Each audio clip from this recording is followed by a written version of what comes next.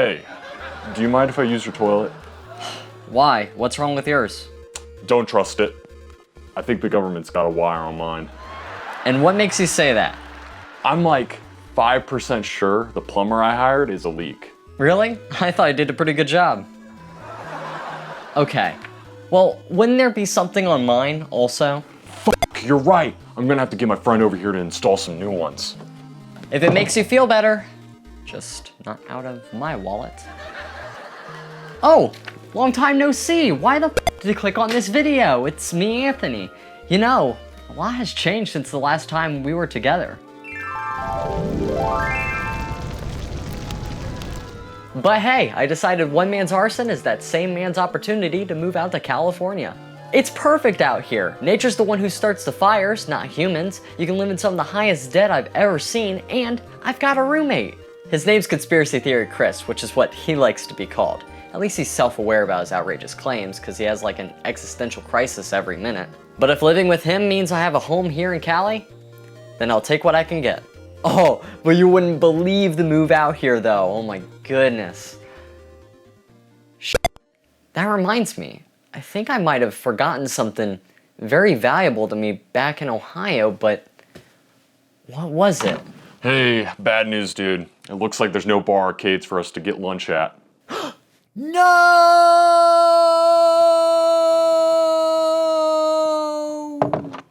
My MAME Arcade! That's what I forgot! Oh no. How am I supposed to play my arcade classics now? Unless... I don't really want to do this, but I've got no other option.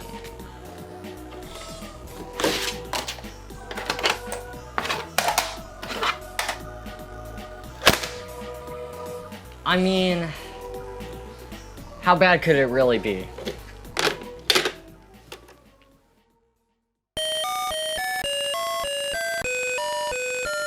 Oh no.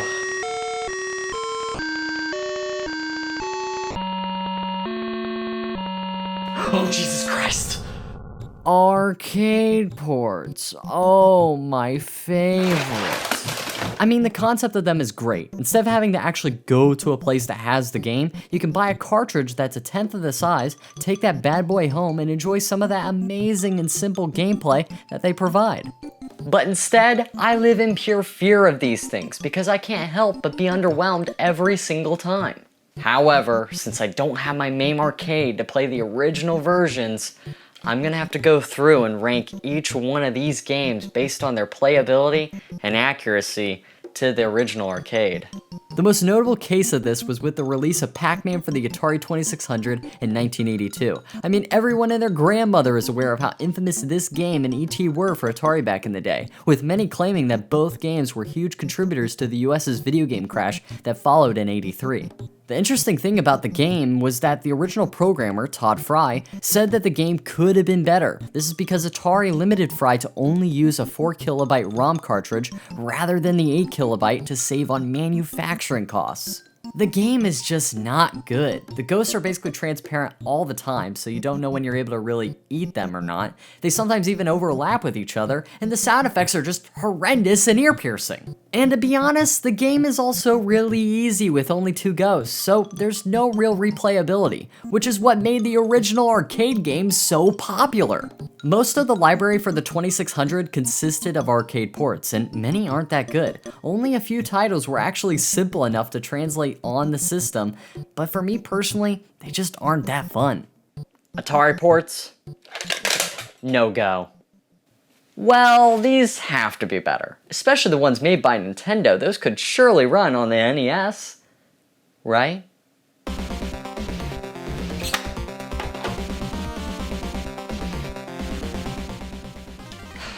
Oh, can't forget about this. Wait, what? No, what?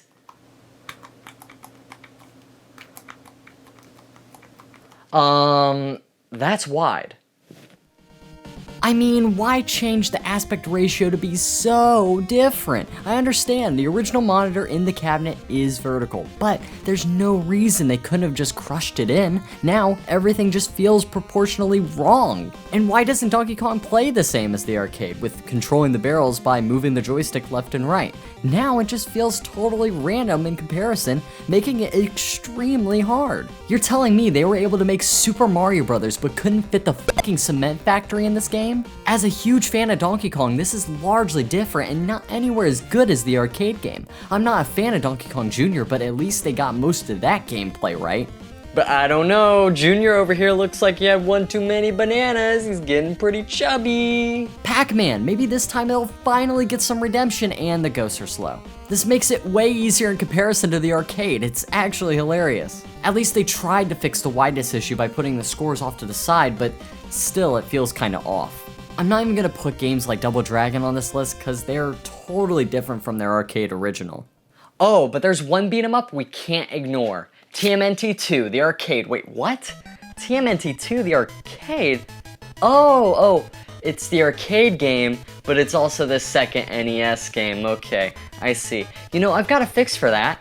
You see, you do this, and now I see no issue. I gotta say that so far, this is the most impressed I've been with an arcade port. Sure, the graphics aren't really there, but the gameplay is pretty darn close in comparison. The only thing that the NES lacks here is making that true depth in the screen. This becomes extremely difficult in sections of the game where the screen is moving either forward or isometrically. But when fighting enemies, the arcade version just takes the cake. Enemies, for me at least, seem to be really hard to hit in the NES version, while the arcade is just a lot more accurate. And how can you go without dialogue during the boss fights? That's like the best part. Well, I still think NES games are a no-go. I guess 8 bits are just not enough to handle some of these games. But now, with 16-bit, we're cutting it really close to the actual arcade experience. Let's look and see if Genesis did what Nintendo couldn't in making Double Dragon authentic to the arcade.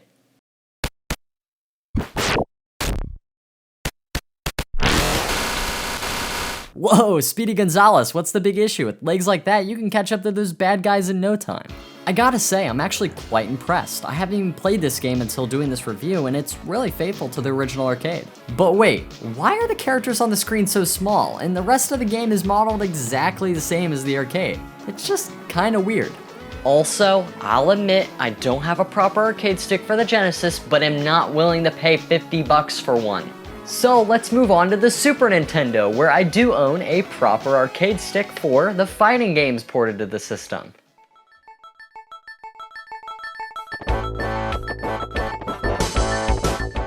Man, they really couldn't do a cool intro for this like the arcade has? Alright. Yep, that's sluggish in comparison. Like, the arcade is really smooth, and your inputs and timing is just so much better than on here.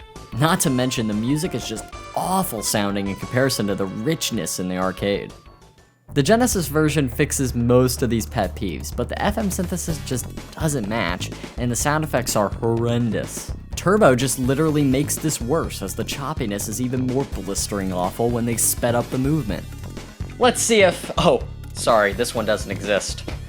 Let's see if Mortal Kombat got some justice. Wow, I gotta hand it to them. They almost pulled off this game perfectly. The sprite work is almost 1-to-1, and really it's barely noticeable that there are missing frames making it run on the Super Nintendo.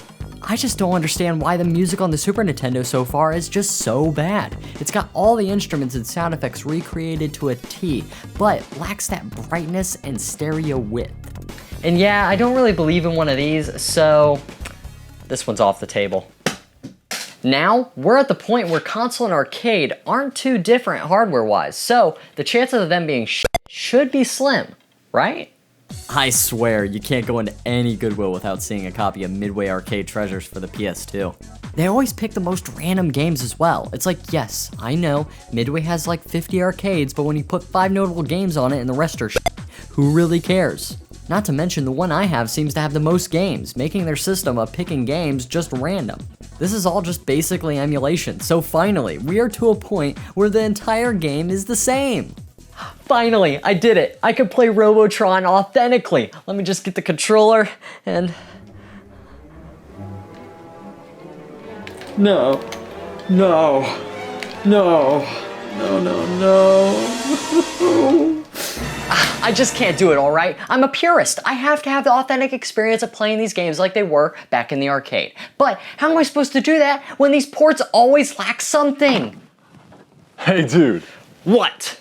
Jeez, dude. Did you wake up with piss in your cereal or something? Nah, some guys were just at the door. They told me that they had a small arcade cabinet for you or something like that. I told them to screw off. I swear, undercover IRS agents think I'm stupid or something. Wait, what? Hey, sorry about that. Just leave it at the doorstep, okay? Thank you.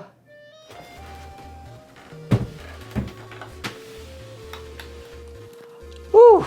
Well, I'm glad I don't have to mess around with those ports anymore, because really, nothing can beat the real thing, and that goes for anything. Just like my toilet. I swear to God, Chris, if my perfectly good toilet gets ruined, it's your money.